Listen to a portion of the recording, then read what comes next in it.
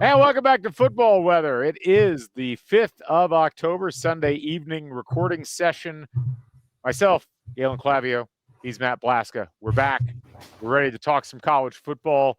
What we thought might be a sleepy weekend in college football turned out to be a pivotal one in a lot of ways. We're going to dive into that. We're going to bring you the merit poll for this week, which had some major changes in it. And we're going to talk about all of the news and everything and then preview what's coming up in week 7. So, Matt, good to talk to you again. It was certainly one for the ages on Saturday as a little bit of everything happened. We had almost one of the most entertaining and hilarious middle of the day windows I think we've had in a long time. And what we ended up with was maybe a muddier picture in some ways, but a clearer picture in others.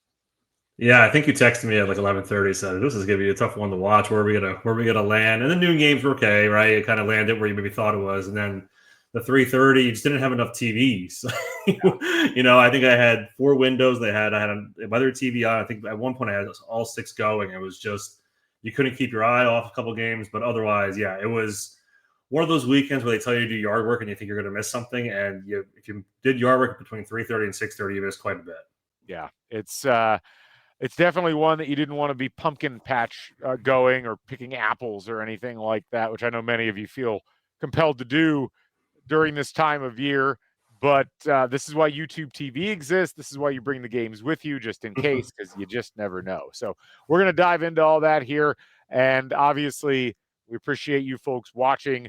Leave your comments and questions on the YouTube channel if that's where you're watching. You can also check us out on Spotify and Apple. We'd love to have you continue to add to our subscriber numbers. We keep going up in views. It's been great. We appreciate the positive response from everybody. Before we get started with the bulk of the episode, reminder, we are brought to you by Homefield Apparel, your place to go for the finest in college fashions, the softest fabrics, the coolest designs. Whether you are backing, as Matt is, an FCS team that is not exactly a football power, but does play the sport, or like me, deciding to celebrate the UCLA Bruins after pulling off the weirdest and most improbable game of the season so far. Homefield Apparel has you covered with all of these and much more. Use the code HOME23, get 15% off your first order. Follow them on the socials. You will like what you see as they do a great job of giving you the stories behind the logos and the brands, not just the brands themselves. Again, that's homefieldapparel.com. Proud sponsor of the Back Home Network.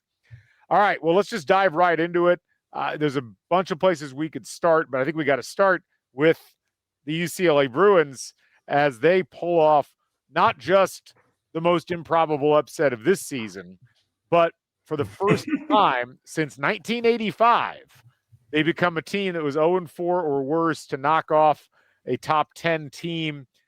Penn State came out and acted like they had no idea a game was being played. It was one of those proverbial forgot to get on the plane kinds of games for the first half. They end up trailing 27-7 at the end of the first half to a team that had fired their head coach a few weeks ago, had fired their offensive coordinator on Tuesday, and had a brand new play caller in who happened to be Rick Neuheisel's son, which that was a weird subplot. And it was one of those games that you figured Penn State, even down 20 at half, was going to have the talent, the skill, the knowledge to get themselves back into it. And they kind of did, but they never closed the deal completely. And Penn State just all their old bad habits in terms of their offense and their play calling came back to haunt them in this one. And even at the tail end, when they had a couple of chances to go down the field and punch in a touchdown and get it to overtime, they couldn't do it on 2 consecutive drives. It was just an absolute all-systems failure for the Nittany Lions. Yeah, my favorite was Neuheisel. He didn't know how to use the play calling mechanism or the headset because he just came to play call on Wednesday. He used to be a coordinator. But, yeah, I mean, I think I even texted you, okay, they have nothing to lose when they kick the onside kick. They go up, I think, 10-0. And then it was 17. Like, okay, it's getting a little scary. And then it's 27-7 and a half. And you still felt, like you said, they could come back. But what was surprising was the way UCLA just gassed them, their defense. Their defense looked really, really good last weekend against it's a very good Oregon offensive team. And they just couldn't get it going. And, Drew Allard, to his credit, tried bringing them back multiple times. And then every time their defense just couldn't get a stop. Yeah. it's really, we're in a curious spot now with Penn State, and certainly we've seen the tweets fire Franklin. Where is this team now? They paid for this, or they paid to win a championship with this squad, and now at 3-2 with really no wins on their resume, and a schedule that is, they play Northwestern, so that should be. Well, I mean, there's no labs for them anymore, I guess. I'd like to note Northwestern beat UCLA last week. Right. Yep. Yeah. So it's a really curious spot that I don't think either of us really thought they could actually lose this game. But now that we're here, they're 3-2. They still have at Iowa, at Ohio, or home against Ohio State, and then at our home against IU. So they still have 3 games, and we were texting back and forth about this. We do think there will be some 3-loss teams, at least one this year. But with Penn State's current resume, they're going to have to win probably now both IU and Ohio State. I don't see a path otherwise. Being that 3-loss team, because if this UCLA loss, you would think, would be the loss that brings them down. This is NIU-esque, but with 2 losses already. And so I don't know where you go from here outside of just starting blowing people out. And we have not seen that under James Franklin at any point, right? Even in their run up to this game, playing those 3 cupcakes to start the season. So I am really curious to see where what happens going forward, if this team totally collapses or if they turn it around. But nothing has shown us that they are ready to go. It's so hard to get a handle on what the hell happened in Happy Valley. And, you mentioned them getting gashed on the ground by UCLA. I don't think that does it justice. Up until the fourth quarter, UCLA was getting 6 yards a run on Penn State. They finished averaging 5.08 yards per rush. Wow.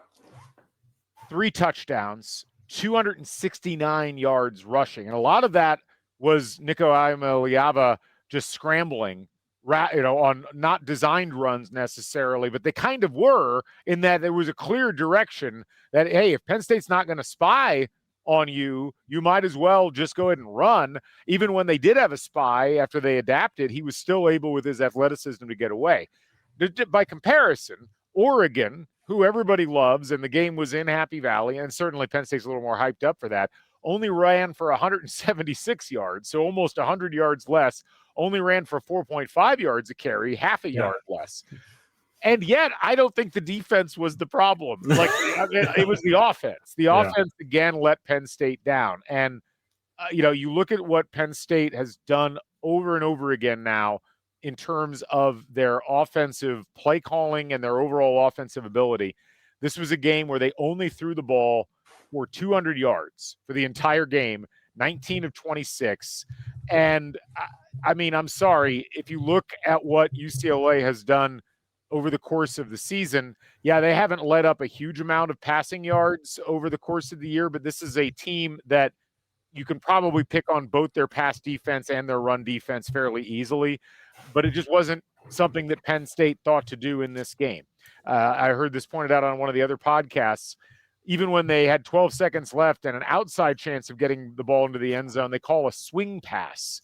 Like, there's just something inherently wrong with the offensive DNA of this team. And you mentioned the lack of wins. This is a team that has yet to beat a top 100 team if you look at the Sagarin ratings. And at this point in the year, that's just almost inconceivable. Even if you look at FPI or S&P Plus, their wins so far on the season are against an FCS team, an FIU team who is among the top 10 worst teams in the country, and a Nevada team who is among the top 15 worst teams. What I don't grasp about this is what the hell happened. They played well against Oregon, no question. Yeah. But it's hard to get your head wrapped around the idea that this Penn State team, which was in the playoff last year, which won a ton of really big games last year. Yeah, one play away from going to play for the title last year. One play is in this bad a shape. Now, there's things that you can't quite grasp, and I know James Franklin said in the post-game press conference he didn't think his team handled the loss well. But we've yet to see them play well against any good teams really over the course of leading up to a victory. Yes, they did play well against Oregon at times, but it was essentially just the fourth quarter. And I guess that's the thing that concerns me the most. They are so on their heels offensively, and as much money as they spent on Jim Knowles as the defensive coordinator, it has not made a difference. In fact, it's actually had the opposite effect. Their defense looks worse this year than it did last year. Right. And so like you would expect a loss like this in college basketball. Like it happens, like the last place or next last place team has a great game, shoots a million threes. This doesn't happen in college football. Like you said, it hasn't happened since 1985. We're the worst team. And they didn't lead until this game for the first time all season. Right. Didn't lead all year. So for you to get, and again, you saw the ball first scored, onside kick, we're up 10-0 quick. But they looked so out of sorts from the beginning. And for Franklin to say they didn't handle the loss well, okay, that's fine. Maybe, but you're a national championship team. Right. This is a game you show up, you score points, and you win, you get out of there. This is what didn't happen. Yeah, that's what you say if you go to like Iowa and lose after losing at home to Oregon. It's not something that you say when you travel to a team that was sub 100 in FPI coming into the game. Right. And so if you could pick pick out 7 or 8 teams in this conference, and that's okay, understandable, right? But to do that and then to have nothing on your resume right now, we're in the middle of October and there's nothing you can do. And they're going to have to win out and pray for help because, Ohio State and Indiana win both those games. You're probably going to put yourself in decent shape. But after that, you have that, Iowa, and Nebraska. Those are your 4 games left on your schedule, 2 at home, 2 on the road. And I just don't see a path where this ends well for Franklin. And maybe it is a time. I don't think they're going to buy him out. $50 million, like we were texting back and forth. They're building all this stuff in the stadium. It's either that or he's just going to go somewhere else and go coach. He's a great program builder. He has shown that. He can get the team to 10 wins, but he's never gotten to that next level. So where is that? Where is it? I don't know. I think it's nowhere because I don't think he's going anywhere. I mean, this is the thing. So all the noise after the game about and I saw Penn State fans, people that I follow on social media, putting things out on Instagram and Twitter like fire Franklin, and I get it. But his buyout's $51 million. He's going right. He's not going anywhere. Right. Like they don't have the money. Someone floated the Cignetti idea. I was like, oh well, they're going to go after Cignetti, and it's like, do you realize how much money that would cost between the 50-some million that you're buying out Franklin and then buying out his assistants, which I'm guessing is probably another $6 million. And then you have to buy out Cignetti, which is $13 million. And then you got to buy out Cignetti's assistants, which is another $6 or $7 million. Right. And you got to pay more. Cignetti, that's going to be $12 million a year, 100% guaranteed, since you just fired a guy that just had a $56 million buyout or whatever it is. Like that. This is not the era to do that. We've talked about that with Florida. Yeah. We've talked about that with a couple of the LSU's gotten mentions occasionally. It's like, I don't think people understand that nobody, with the possible exception of Texas Tech and SMU, have that type of money at their disposal, Alabama included. Right. And like the money that you have to spend on revenue sharing for athletes, the money that you have to spend on other aspects of your athletic department in this day and age does not give you the same financial flexibility that you had 5 or 10 years ago to just buy your way out of problems. So as much as I agree with you, first of all, James Franklin's not a moron. They just signed an extension, 4 years ago? So $100 million. He's going nowhere. Not going anywhere by himself. And, he's not going to step down for the good of the program. That's not the way that this shit works. That's where, when you look at this, they're going to have to figure something out. And it's where I'm not of the mind that Penn State's going to fold up tents and go home. Like I'll be surprised if they lose more than 2 more games this season. And that's a bad year given the expectations, but it's still an 8-4 season, which is within the lineup of what Penn State has done under Franklin. They don't all add up. I was looking up something. This is interesting. And this is actually a stat that for those who listen to our IU podcast, Crimson Cast, you'll hear it on there too later in the week. But I've been interested in what is the toughest place right now to play in the Big Ten. And a lot of the whiteout stuff and that being, supposedly the greatest atmosphere in college football, that got me thinking about this. So I looked at the Big Ten, the top teams in the conference. Do you know, since the end of the 2016 season, so starting at the very beginning of 2017, all the current teams in the Big Ten, what is the place where the team has lost the fewest number of home games between the beginning of 2017 and now?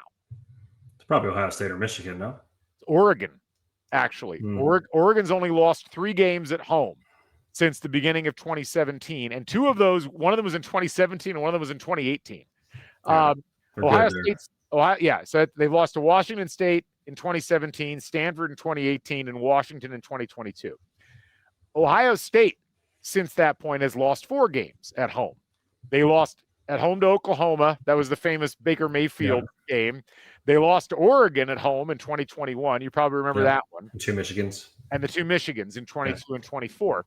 Michigan has lost more than I think you would expect in that time period. They've lost 8 times at home. And that includes 3 games in the COVID year, but those still count. Now, Penn State has lost 10 times since then at home. And it's not just big games. They remember that wonky game in 2021 they lost to Illinois.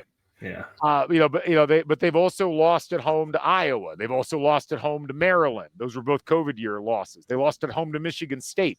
And then, of course, they have the litany of top 10 losses to Ohio State, Michigan, and now Oregon. My point is,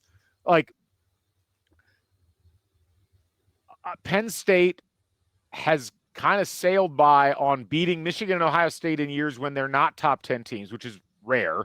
And with Ohio State, it basically hasn't happened. But it did happen with Michigan there for a while.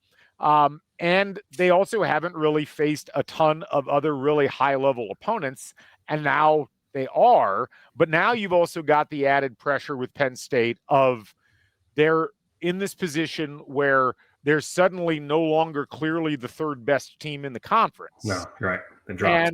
And it's not just Oregon. It's also Indiana now, and it's also a couple of other teams that have been, essentially knocking on the door.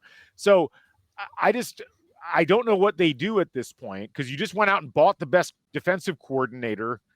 Right. I don't know what can you do it on the offensive side? It's not like the offensive issues that they've had are limited to one coordinator either. So it's going to be a really fascinating thing to see what that athletic department decides to do, because I don't think firing Franklin is really on the cards. I don't know what their other solution is at this point.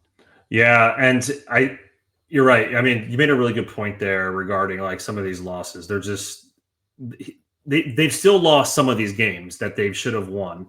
But it's really interesting. 6 games ago, he was playing for national title, or playing, and then even I would have never in my wildest dreams, after how they played Oregon last year in the Big Ten championship. You were there. They played neck and neck with Oregon all day long.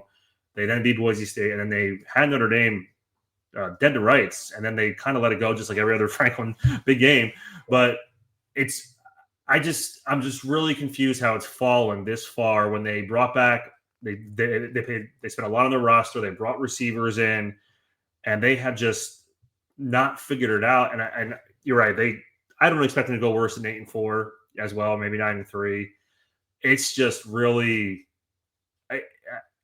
it's like being a fan of a team and the same thing happens over and over again, right? And I guess my comparison would be maybe, and this is a bad comparison, I'm going to say Yankees fans. They expect the same thing now, I guess, or they have since their last World Series, is they keep bringing back the same group, the same coach who hasn't gotten there. I mean, I know the World Series last year, and it's just banging their head against the wall, the same thing over and over again. It's got to work at some point, and it just hasn't. Yeah. And so that's where they're at. What do you do? Does Franklin shake it up? Because offensively, it's the same stuff every year. It's the same thing. Well, one of our listeners who is an avid college football viewer and may work in the industry, last week when we were kind of coming up with the analog for Franklin, texted me and said, well, it's Mark Richt. But Mark, and there's a lot to be said for that analysis, but this is a little different in that, Penn State, for whatever reason, has just never quite been able to fully put it together. And I think there's an active question about whether they can. I don't think there was ever a question that Georgia could, and we've seen now in the Kirby Smart era that with the right coach and the right approach to talent acquisition, which meant essentially doing what Alabama did, but better there from 2015 to 2025, you could put Georgia back really in the conversation for being the best team in the SEC and the best team in college football. I don't know if it's possible with Penn State. Because when you think about it, Penn State, yes, they won a national title in the 80s. They won 2 of them, but when people compare teams to Nebraska, I almost feel like a lot of what made Penn State so effective for so long, they can still punch with those teams, but they can't knock those teams out because they're not recruiting at a level nationally to keep up with the best teams in their own conference, let alone the best teams in the SEC. And as you mentioned with Franklin, I think he's missing a gear in terms of how he coaches, because he manages his teams really well. He manages his teams to where they don't lose a ton of games like they just lost to UCLA. Once you start losing games like that to UCLA, the history of college football is not particularly kind once that crack occurs. Right. And that does seem to indicate some kind of a more intrinsic problem with the program that wasn't there last year and maybe has suddenly started to form. And this is where you get the conversations about shelf life, because he's been there now for 12 seasons? 12 years now. Yeah. Yeah. Things don't last forever. I don't know. It's fascinating because we're in the era where you can stay there forever, not because of patience, but because of buyouts and the fact that it gets too prohibitive to get rid of you. So it's going to be really fascinating to watch. Right. Yeah, no, you're right. And he recruits well in the state, but in that state, you also, and they're the only team in that state, but now Ohio State's come in that state for a very long time now. It wasn't like when they first joined the conference, like they still really own the state, but now we're 30 years past that, or 35 almost, I guess. And so others, and it's a lot easier to recruit, nowadays it is, but they lost that where we are, if you will, just Pennsylvania, because they just can't own it as much as they used to. Yeah. I mean, and look, this is a team that normally recruits in the top 20 nationally. They normally are in the top 5 in the Big Ten. It may not even be the numbers. Right. To some degree, it's who they're getting within those classes and how they're developing them. And that doesn't seem to be working. When you think, especially at the quarterback position, and the talent that's left that has gone on and done decent things, and the talent that stayed and has not, you can say, well, it's a developmental problem with the Franklin and the quarterbacks, but it seems like a larger conceptual problem with the offense. Anyway, we need to move on to other teams. Yeah, we'll be here all day. I know. Yeah, we could do a whole episode just on this. One of the few top matchups, we'll start with the premier one in the evening, Miami 28, Florida State 22. This was Miami 28-3 going into the fourth quarter. Florida State, they scored some points. They got back into it. They end up losing by 6. But Miami dominated this game. This was a game that they looked completely in control. Carson Beck, 20 of 27 for 4 touchdowns. They did exactly what they needed to do to stymie Florida State offensively in this game. And it really, it's fascinating because Florida State had double the number of first downs in this game, 28-14, but Miami was just so efficient with how they played the game, even with all the penalties they committed, that even though they got outgained and out first down by Florida State, it really didn't look like a ball game. Yeah, I think you and I were texting about being on Florida State. They thought, okay, at home, tough loss last week. This is a perfect spot to really bring it together. And it was never close. Like, I was really impressed with Miami. After watching them against Notre Dame about a month ago, you can tell it was the first game. They played pretty well, and Notre Dame is obviously probably a pretty good team as well.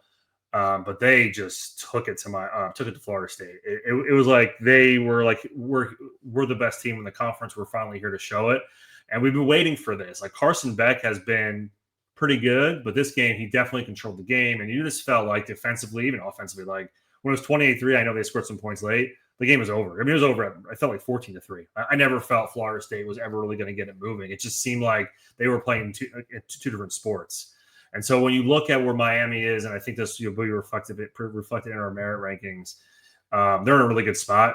They have Louisville at home and Stanford, and then they go to SMU. That's their next 3. It'd be really hard for them not at this point to probably finish 11-1 or better, right? I just don't see it. This was the last real tough one, if you will. Yeah.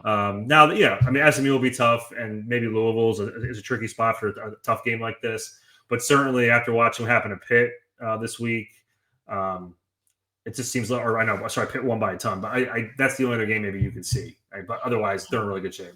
I mean, the thing with Miami, and this is now 2 games against top opponents that they've kind of taken their foot off the gas at the end. I remain concerned as a person who watches Miami football and enjoys it that is going to bite them, because it always does. There's always a game. Yeah, and I do think it's interesting that now against Florida and against Florida State, their offense has looked really good, but it hasn't been like an explosion of points. And the same thing in the Notre Dame game. Like, they scored 27, 26, and 28 in those 3 games. And that's good, but I guess I'm expecting a little more out of them. Their defense is certainly very good, but I do wonder, against teams that they aren't taking as seriously as Notre Dame, Florida, and Florida State, do they get caught napping? Right. Do they get caught napping if they go to SMU, who's got to be better than their record is right now? Do they get caught napping next or 2 weeks from now when Louisville comes to town? You mentioned Pittsburgh, who inserted a freshman quarterback and good. Incredible Yeah. In their game. So look, but all that said, if you're just looking at it on paper, yes, Miami looks like a shoe-in to just sail from here into the ACC title game. And, when they get there, they'll probably, if things hold form, they'll probably be playing Georgia Tech, who's got a similarly easy schedule in the ACC going down the stretch. But if there's one hallmark of these ACC teams over the course of the last several years, is that they are generally so inconsistent that you can't count on them. And I think that's what I'm keeping an eye on right now with Miami. It's just one of those games and one of those teams where you're just like, did this demonstrate that they were that good? Or did it demonstrate that Florida State is inconsistent and maybe just not that good? I think they're a 7, 8, maybe 9 win team if everything breaks right. Clearly they beat Alabama, but clearly that was not the same Alabama team that beat Georgia and Vanderbilt. So there's situational things here that I think you got to keep in mind. So that's my only takeaway that might be a negative, but I think at this point, Miami is my number 1 right now. And I think that they've earned that just based upon the teams that they've beaten and the way that they've beaten them. So, I was just gonna say that we're not gonna finish this into a Notre Dame conversation, but certainly this is helping Notre Dame, right? I mean, that loss at home on the road looks now a lot. It's gonna look better and better if this continues. But now Notre Dame's both their losses are looking really good. Sure, if you will, Yeah, I mean, and there's some things that are setting up nicely for Notre Dame. They beat Boise State 28-7. Although even with that, it's like, as good as this Notre Dame offense is supposed to be, they looked a bit stymied in this game. But their defense, came away with 4 interceptions, and that certainly helped matters for them. But yeah, I mean, Notre Dame, they're kind of in a similar boat, and this is where I think if you're not a fan of the ACC teams or of Notre Dame, this is where it gets irritating that these teams have such an easy pathway. Right. And Notre Dame is not as inconsistent as Miami is over the course of the last couple of years. And if they get through USC, there doesn't appear to be another team other than maybe the game at Pittsburgh that might challenge them even in the least. And so that's really what it comes down to, I think, with them. It's just then, as we've talked about, going to depend on, can they take the Indiana path from last year and play at a high enough metrics level and beat teams by a high enough margin that it overwhelms the fact that they don't have any signature wins on their resume. And I think ultimately the answer of that will probably be yes. Yeah, and you're right. I mean, looking at this now, you're right. They have to go out and blow all these teams out. Maybe USC is the exception. That should be a good game. USC has looked pretty good.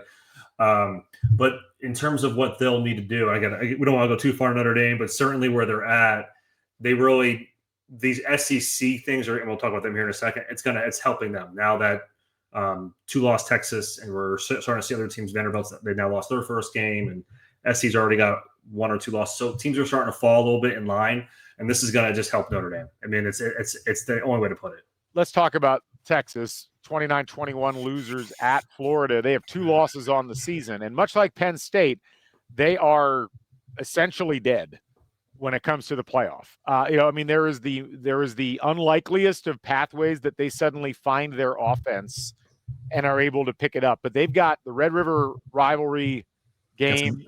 Backup quarterback for Oklahoma. So that's the one I would say that gives them maybe a better chance. But who knows? Arch is playing a backup right now, I guess. So right.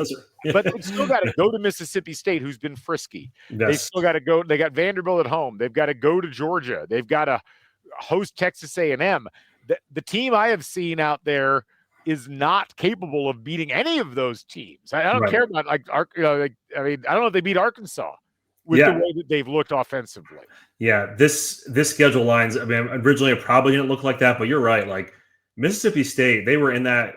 I mean, it was 3-0 for a very long time and 7-3 for a very long time against A&M. But they are keeping themselves in games like we said last week. They should be Tennessee. They're not going to be a walk in the park. Someone's probably going to trip themselves up against them. It could be Texas. But you're right. I don't know the path that they get to. They're going to need 10, you would think, to get there.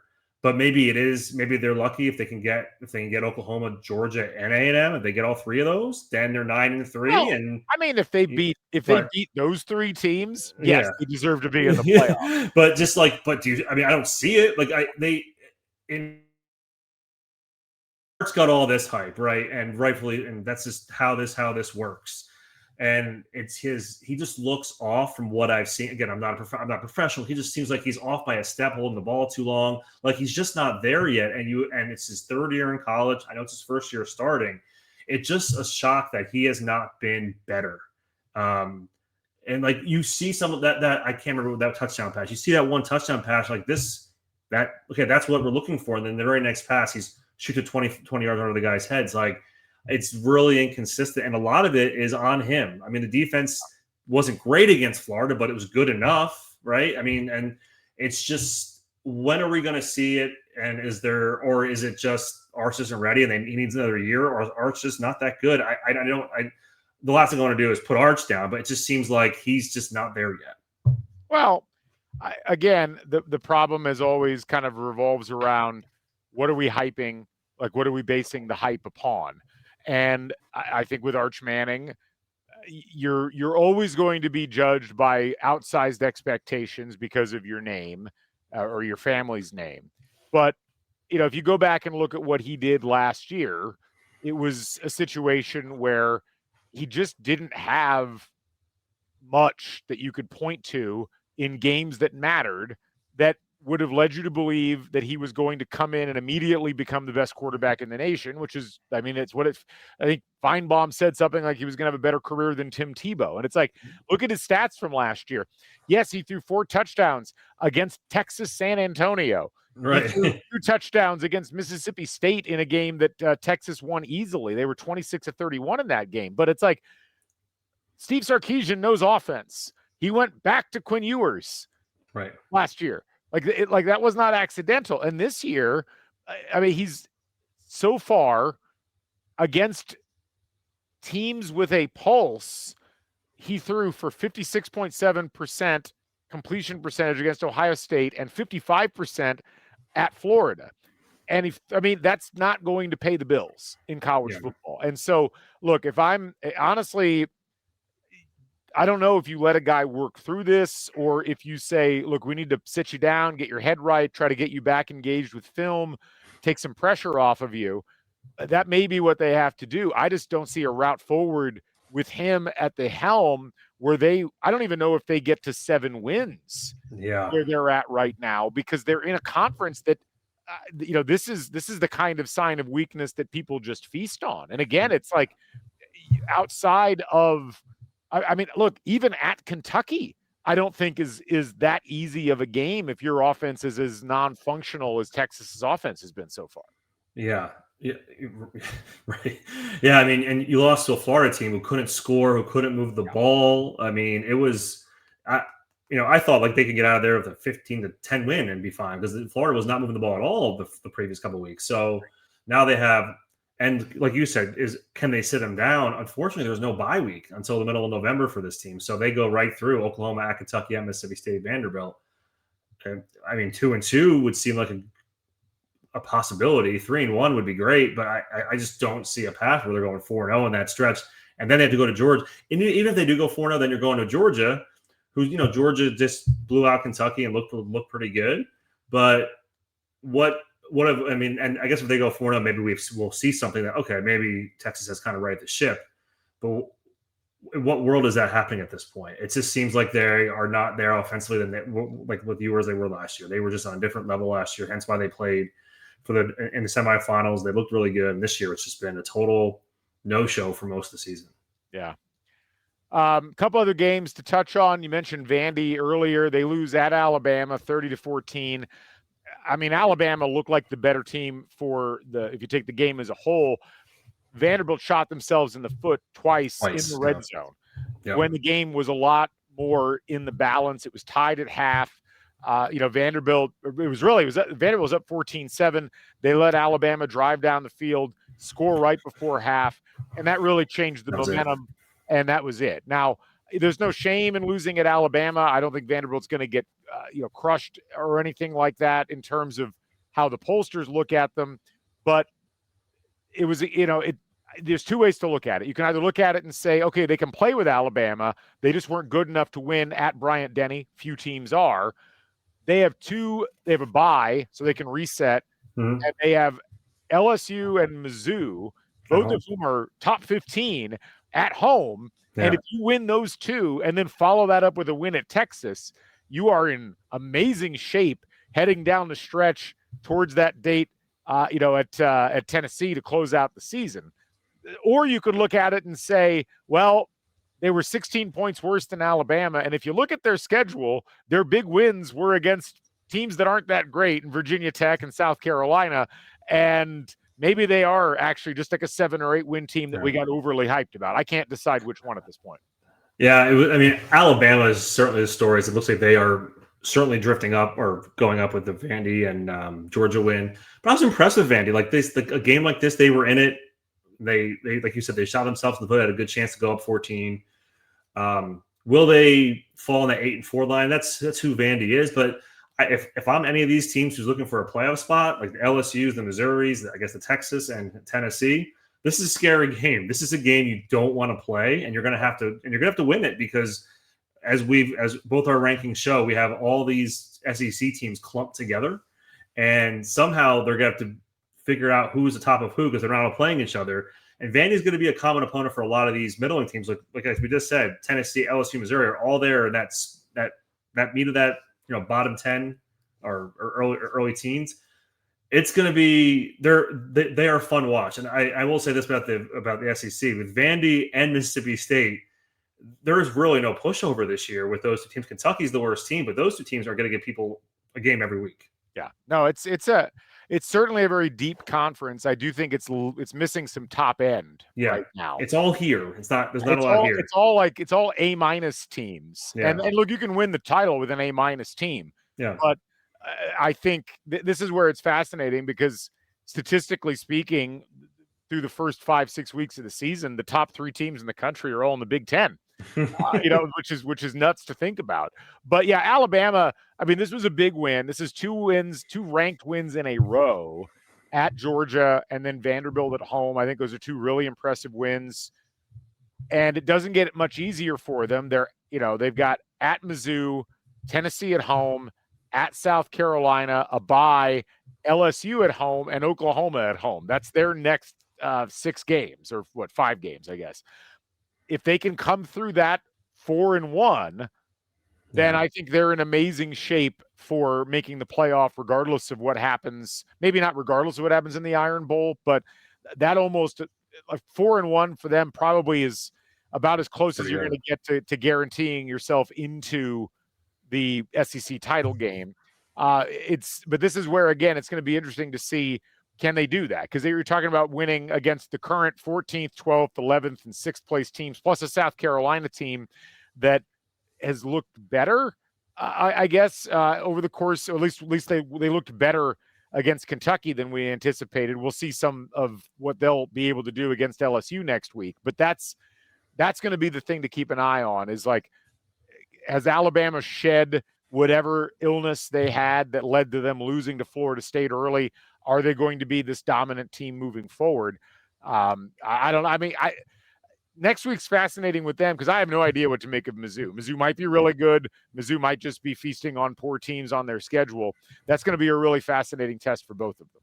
It does seem like DeBoer has found his quarterback in Ty Simpson. He looks really good. He's the one quarterback in the SEC that was under the radar, and now he's straight on there. I mean, I was impressed with his throwing ability, being able to run the game, and I feel more confident about Bama. Certainly, after Florida State, we were all off, but they have looked pretty good the last three, including the Wisconsin game. I know they're not as good, but he's looked really good, and so has this team.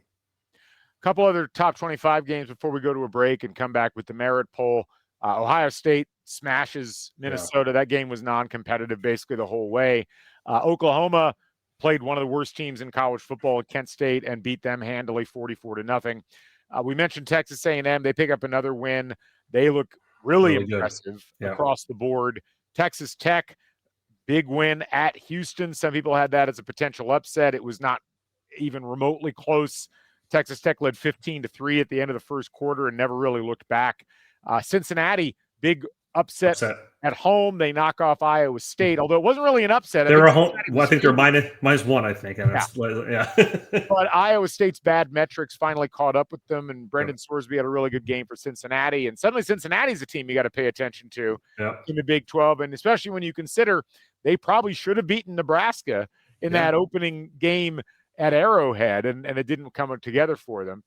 A couple of other ones of note: Virginia overtime winner at Louisville. Yeah, Virginia 5-1. They avoid the hangover after the win at home against Florida State. They hand Louisville their first loss.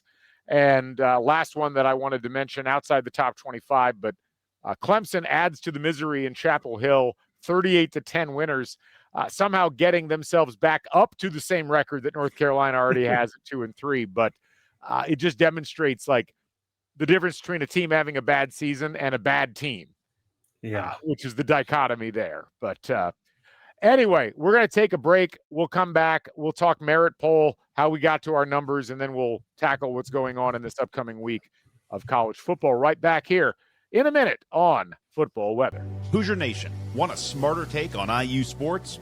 Then check out Crimson Cast, your go-to podcast for Indiana football, basketball, and beyond. Hosts Galen Clavio and Scott Caulfield bring you game previews, instant reactions, history, and context to make Indiana sports come alive. From the biggest moments on the field to the storylines shaping the future, Crimson Cast keeps you informed and connected. And after years of saying bring back the Bison, IU actually did it. So if IU listens to Crimson Cast, maybe you should too. Just search Crimson Cast on Spotify, Apple Podcasts, or YouTube. Welcome back to Football Weather. Galen Clavio, Matt Blaszka joining you here as we head into the home stretch of this week's episode. And we got to dive into the merit poll, Matt. Yeah. Merit poll, for those who don't know, this is our attempt at avoiding the pitfalls of the AP poll and voting in basically almost entirely on who you've beaten and how impressive those wins are, with a little bit of power ranking thrown in based upon metrics, which, we don't do this until after S&P Plus and FPI are ready to go, unlike the AP poll, which is still having some problems with this. But let's pop it up and talk about where we landed. So we both had Miami as the number one overall team. I mean, I went back and forth on this as to whether they deserved to be up there or not. But to me, the road win at Florida State, and with Florida State being a top 30 team in both metrics, on top of the Notre Dame win at home, on top of the Florida win at home, on top of the South Florida win, just the level of their wins, and now winning one away from home at probably the second or third best team in the ACC, didn't leave much question in my mind of who deserved to be in that top spot. I was the same. Yeah, same here. Those 4 wins are better than any 4 wins anybody has in the country. So to me, I went back and forth with them and Ohio State. I know Ohio State hasn't played anybody at this point. I know Texas, but they've only given up 25 points this season, which seems incredible, and only 1 real touchdown. They've given up 2 total. Just really impressive why I had them to Miami 1. And yet I didn't have Ohio State second. I actually had them third. And this is so I'll be honest, I'm really, really impressed with Texas A&M, and I had them as my second place team, but it was really close. And ultimately, why I gave Texas A&M the nod was that their best road win is at Notre Dame, which looks like a really good road win. Ohio State's road win is a good road win. Winning at Washington, I think, is not going to be something that most other teams do this year. And it wasn't just that they won there, but it was that they absolutely shut Washington down. Completely. And that's a Washington team that's got a really good offense. And you add in the Texas win, although that looks less impressive. They just absolutely dominated a mid-level but not horrific Minnesota team. I could see the argument for Ohio State second. I just really love the depth of Texas A&M's wins right now because it's not just the Notre Dame win. Auburn, Mississippi State, those are both top 50 teams. Texas San Antonio, Utah State are both top 80 teams, essentially. Like, I like the collection of things that they've done up to this point. Yep. Yeah, no, and I had A&M 4, so really not too far off. I did move Indiana up to 3, and that's just because Illinois has really bounced back. That was to lose a game like they lost to Indiana. You were curious how they would rebound, and obviously that USC game was really crazy, but they won the game. They won, and then they come back and beat Purdue. So they put back-to-back wins together, and now they have a really good big chance here, Illinois, with Ohio State this week to really maybe cement that or obviously play a close game. So I put Indiana at 3, A&M right behind them, and I had Ole Miss still in my top 5 just because they still have those quality or still have those wins. They have 3-0 in the SEC. I think a lot of that really matters. And actually, I put Alabama in front of Oregon, my first one-loss team. Oregon's big win at Penn State, which I really valued a lot last week, and I think so did you. It takes a hit. You lose again to UCLA, it's going to take that hit. So I dropped Oregon behind Alabama. Now this will work itself out with them playing Indiana, but certainly at this point, I think Alabama has more quality wins right now with over Oregon.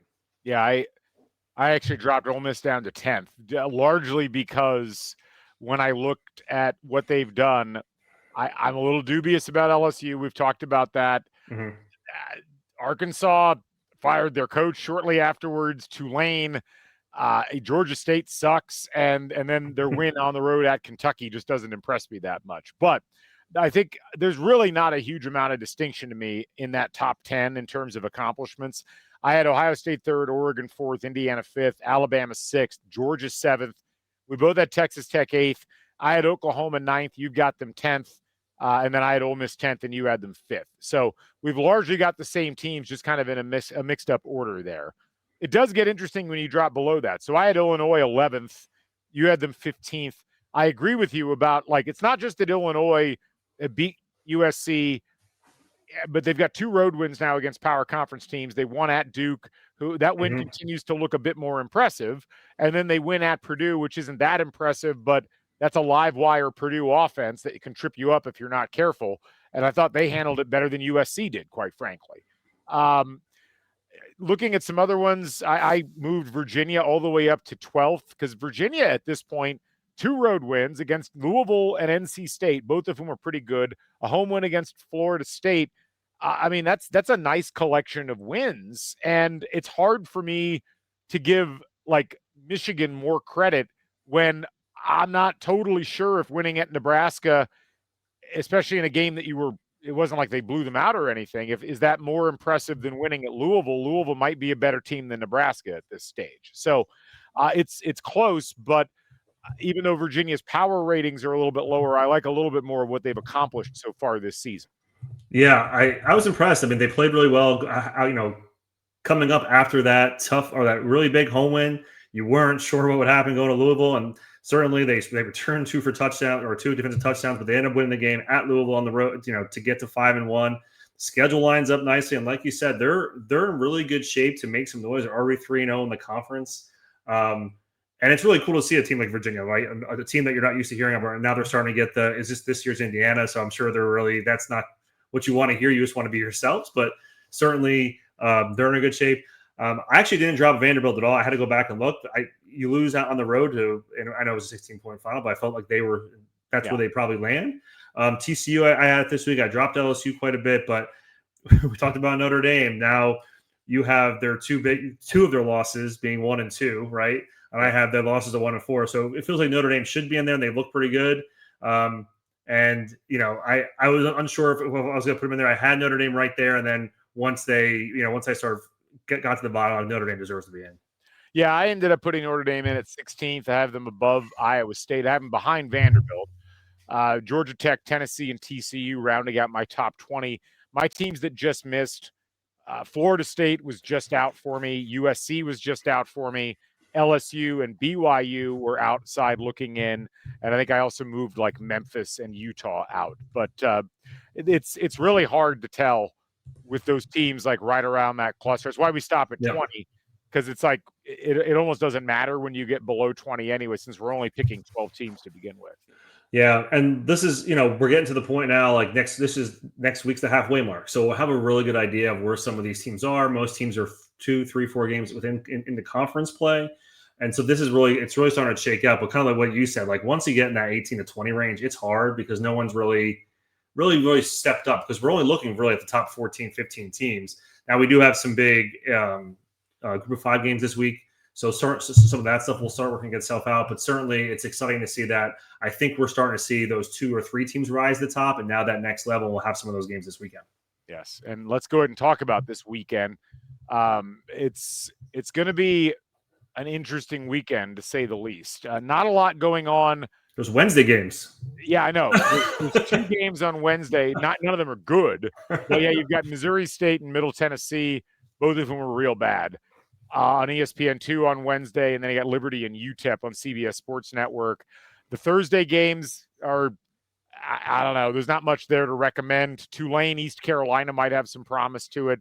Friday, South Florida, North Texas could be a pretty good game. That North Texas team is really good, spicy, and they're actually favored. They're favored right now by 1.5. South Florida hanging out at the end of the poll. That's a big one. Because if South Florida loses that, I mean, they're basically kind of out for the college football playoff, and North Texas is very much in as a possibility there. You've also got Rutgers, Washington. Rutgers, that was one game we didn't talk about from this past weekend, but down big to Maryland on the road. They come storming back and win that game. Yeah. Washington, sorry. Yeah. Now they're 4-1. They've got a road win at a place that people are looking at Maryland is like, hey, could this team sneak in on the tail? I text you. I was like, this is a tough game now. This is a tough game. But they host Rutgers. That's a tough one for Rutgers, having to travel across the country to play a night game in Seattle. Ooh, God. That's a really tough one. I'm really happy South Florida and North Texas have their own window. Like, that's gonna be really fun. That's a really good team. North Texas is probably the third most likely team from Texas to make the playoff this year, behind Texas Tech and Texas A&M at this point. So they are a frisky team, and just looking at that over under at 67.5, it's gonna be. Yeah. Sorry, you paused there for a second. It's all good. Yeah. No, but I'm excited for that one as well. I'll be out in Eugene for that kickoff time, so I gotta find a place to go watch that one, because that's going to be a fun one. But let's get to the Saturday window, because man, there's a lot of fun games going on today in that day. So let's hit the ranked versus ranked ones first. As the opening window, you have Ohio State at Illinois. This is a huge game for Illinois. They really need to win this one. Like, losing that game to Indiana as badly as they did. They get a lot of credit for coming back, beating USC. They're 5-1. If they can knock off Ohio State, well, now you've completely put yourself back into the playoff picture, and you put yourself back into the Big Ten championship picture.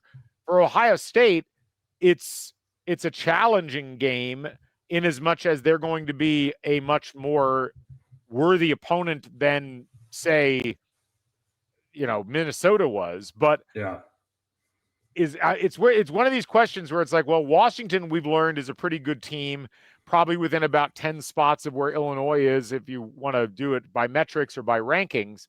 And Ohio State completely shut down Washington, and Illinois got completely shut down by Indiana, a team whose defense most people would agree isn't as good in terms of talent level as Ohio State.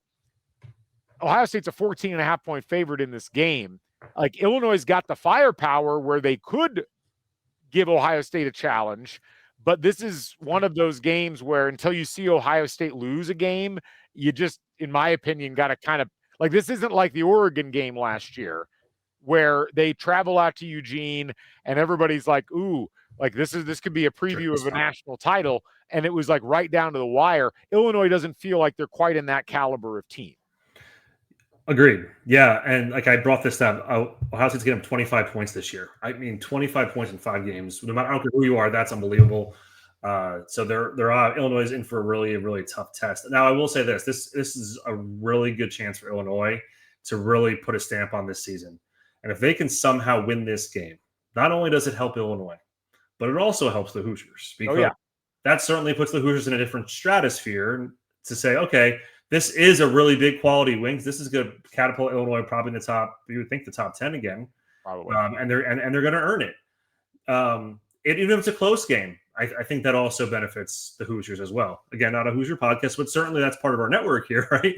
But certainly I'm interested to see what Illinois team's going to show up. So I'd really like to see how good this team is. And then it's at home, and they get Big Noon and all that stuff. Let's see someone give Ohio State a game. We just haven't seen it this year yet. Yeah. And look, people have talked about how people thought Ohio State was going to take a step back defensively. They have not. If anything, they look better than they did last year defensively through this period of the season. Offensively, Sayan has been an excellent starter at quarterback for them. Things are clicking. They obviously have a ton of talent at the skill positions and on the offensive line. This was the recipe that gave Illinois all their troubles in Bloomington. So I don't know what to expect out of this one, but I'm fascinated to see what occurs with it. And this was a game I picked Illinois to win at the beginning of the year, if you'll recall. Yep. I don't feel strongly about that now, but I am fascinated to see if Illinois can pull it together. This is going to be a 9 a.m. kick for you, so you're going to wake up. You're going to wake up real early out there on the West Coast if you're not going to go watch the game day stuff. So we might be able to do both. We'll have to see how it goes. But also in the noon window, Alabama at Missouri. This is going to be a big one. Alabama 3.5-point favorite in this game. And I mean, it's funny. You mentioned all those things you mentioned for Illinois. You could say the exact same things for Mizzou. This is their kingmaker game, essentially. If you can knock off Alabama, not only do you put yourself in a position where you're 6-0 and you've got a manageable schedule the rest of the way because you've got A&M at home, and then you got to go to Vandy, you got to go to Oklahoma, but you've avoided losing at home to Alabama at that point, which means you could lose 2 games and still get to the SEC title game. If you lose the game, it suddenly makes it look like you're going to finish back in that 8-9 win range like most people would have expected you would. And for Alabama, we went through all of the things that are at stake for them when we talked about that Vanderbilt game. This is a game that they really need to pick up. It's not game over for them if they lose it, but they lose their margin for error going through that next set of games if they lose this one. Yeah. The spread's curiously small, 3.5 to Alabama. Probably not surprising, but I thought it would be a little more. But Missouri is coming off a bye week, so that's good for them. You would think they have had to prepare for Alabama, but yeah, I mean, I think you've said it all. If this is the same scenario Illinois is in, right? Win this game and you put yourself in a spot to make the playoffs. Lose this game, it probably gets a little tougher. Yeah, I mean, the one thing about Alabama that's interesting to me is if you look at their FPI efficiencies, they're really good offensively, as one might expect, but they're 23rd in defense. And the thing about Mizzou and worth keeping an eye on, I think, is Mizzou I don't think Mizzou's actually good enough if you look at their efficiency numbers to beat Alabama. They're 25th offensively, they're 43rd defensively. Normally, you would see a bit bigger challenge coming out of, or a team with a bit bigger challenge, to be able to spring that kind of an upset. But we'll see. This is one of those things where Mizzou, if you look at what they've done so far this year, their wins are a little questionable because they're all at home. One of them is against Kansas, who's it's okay. And then South Carolina, who was missing their quarterback in that game. So you do wonder how quality is their record. And but I'm also surprised, as you are, that it's not a bigger margin in terms of the spread. Looking through some of the other games in the early window, Pitt at Florida State. Florida State going to have to bounce back. That's a tricky game. 9.5-point favorites, but Pitt's got a pulse. So we'll see what happens with that one. And then going through the rest of the early window, there's not a lot. Getting to the 3:30, you've got the game of the day, Oregon hosting Indiana. And the game day is going to be in Eugene. Looks like it's going to be a little rainy there. The forecast has turned a bit. It went from being sunny but cool to now the forecast for that game is 58 degrees and rainy, which plays right into the hands of what Oregon normally likes to play in. That's their natural habitat. This one's going to be a fascinating one because this game opened at Oregon -10. It has now dropped to Oregon -7.5, and that's almost entirely because the power rankings for these two teams look like they're very similar to one another. Yeah. In terms of recruiting rankings and like the aggregated talent on the field in terms of like star rating, Oregon's got a huge advantage in this one. But Indiana is playing at a level above where they were playing last year. They've now gotten the experience of playing in a hostile environment by winning that game at Iowa. And Indiana's defense appears to be of a similar or maybe even better quality than Penn State's defense, which really did hold Oregon under wraps for the early part of that game in Happy Valley. I'm leaning. I think Oregon's probably going to win this game, and there's no shame in losing in Eugene. Ohio State lost in Eugene last year, but I think for Indiana, the key is you can win this game. You have to go in with the mentality that you can win this game. Even if you lose this game, you need to be competitive in this game. And that's what Indiana struggled to do last year when faced with the exact same scenario, but having to go to Columbus to take on Ohio State. You've got a better team, I think, if you're Indiana this one, and you've got more experience in these kinds of things, but you've got to take advantage of the opportunity. Agree on all fronts. This is maybe a bigger game than Ohio State game last year, because last year they were riding all season, this fairy tale ride. And now I think people are believing in Indiana more than they ever were last year at any point, right? Really last year, they built on all these really bad wins, everything else, right? But this year, after seeing what they did to Illinois and then going on the road last year and winning in Iowa, playing this game in the middle of the season, not at the end, it's a really good spot for Indiana to show the country that they are for real.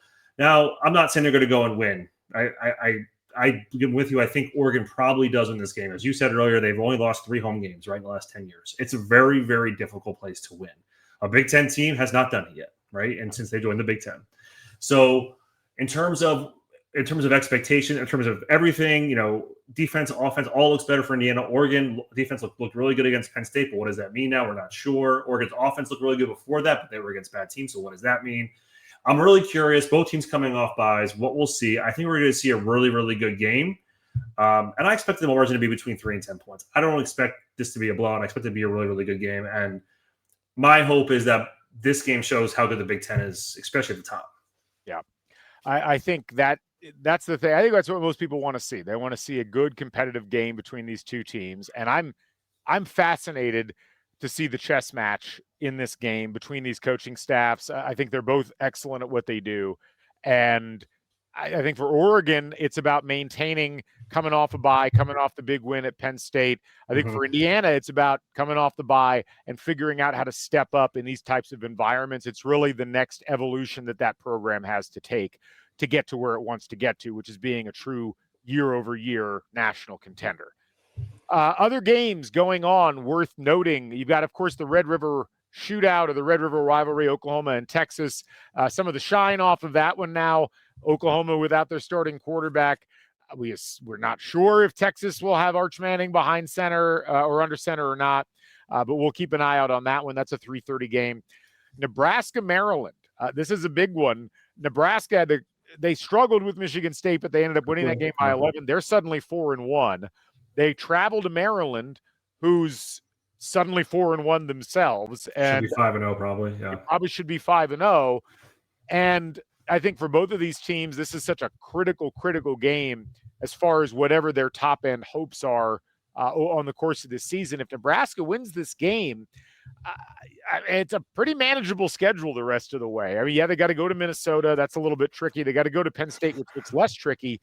They get USC at home, but it goes from, like, there was a point in the third quarter where I'm like, this might be it for Matt Rule. If they lose to Michigan and Michigan State in back-to-back games, it flips around to where like 10-2 feels like it's on the table for this team potentially.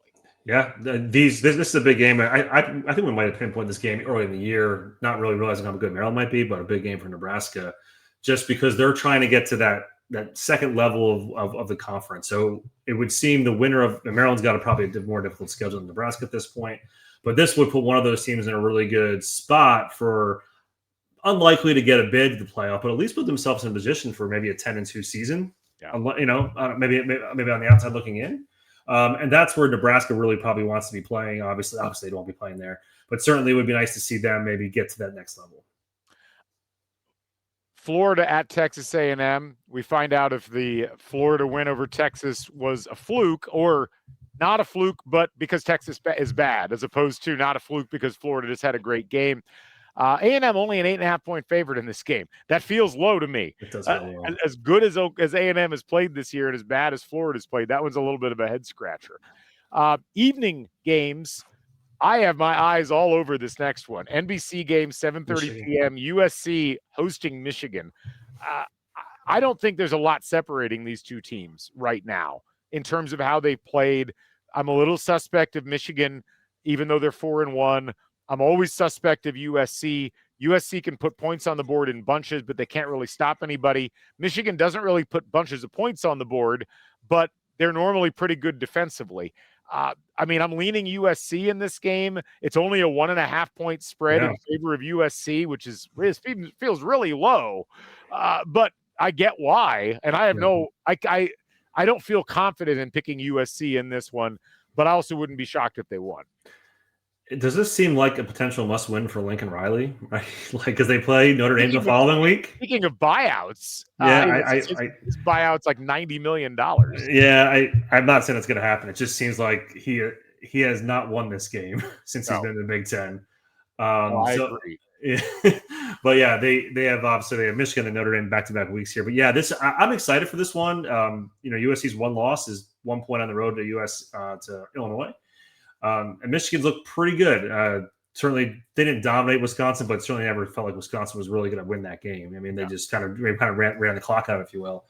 I'm excited for this one too. I think this will be a really interesting barometer game for both teams to see where they stack up because they both need it to keep themselves paced with the top of the teams in the conference. Yeah. A couple other quick ones before we wrap up. South Carolina at LSU, a little under the radar, but I got upset pick circled on this one. There's something wrong with LSU. I just feel like they haven't looked right. And I think if South Carolina is going to jumpstart their season, this is when it's going to happen for them. This is a real back to the wall game. I'm also the get-in price for this game is $60 right now. That's crazy. That there's a real lack of enthusiasm in Baton Rouge, and that's normally a really bad sign. For a night game in the last two, usually it's a really tough ticket. So that's interesting. Last game of the night that I will highlight, Arizona State traveling to Utah. Utah 4-1, Arizona State 4-1, and ranked. They've come back up into the rankings after getting bounced earlier with that loss to Mississippi State. A second team must emerge in the Big 12 at some point. And whether it's Arizona State or Utah, whether it's Iowa State, whether it's Cincinnati, there's a couple of TCU continues to keep pace. There's a whole cluster of teams that feel like the other team that's going to play Texas Tech in the Big 12 title game. I'm really fascinated to see who it is. And I feel like the winner of this game, if it's Utah, well, now they're back on track. But if it's Arizona State, it's like you're 3-0 in conference now. And you got to be feeling pretty good about the direction of things, given where you felt like you were at a couple of weeks ago. It does feel like it's a must win. I hate using that term, but for Arizona State, they already lost that one game. But their next couple, Texas Tech at home next week, Houston at home, at Iowa State. So certainly a little bit of a tricky spot. Already has the one loss in conference, and they lost to Texas Tech earlier. This is a really good opportunity for them to get to 3-0. As you said, we've had probably 3 or 4 teams that now separate themselves in the Big 12 that seem like those are going to be the 4 we have to look at the rest of the year, and certainly maybe even a game day spot if it's Texas Tech and if Arizona State can win this game for next week against Texas Tech. Absolutely. Well, that mostly wraps it up for us here. Big slate of games coming up this week. Should be a lot of fun. Any final thoughts before we wrap up? I am excited about the week. I think we have, we'll be at the halfway mark essentially of the season next week. So we'll really kind of see where we're at as you're going to Indy or going to the game at Oregon. So enjoy. But I'm looking forward to seeing where we are halfway through the season when we talk next. Yeah, we're right in the middle of it all. By the time we podcast again, it'll be almost halfway through October, which is kind of frightening to think about. But this stuff goes quickly. We're still a month away or so from the first college football playoff reveal show, and a lot of jockeying already happening in a lot of these conferences as we try to figure out who's actually good, who's not good, who's a contender, who's not a contender. We'll talk about it all here on Football Weather moving forward. For Matt Blaszka, I'm Galen Clavio. Thank you for joining us on the show once again. We'll catch you folks on the flip side. So long, everybody.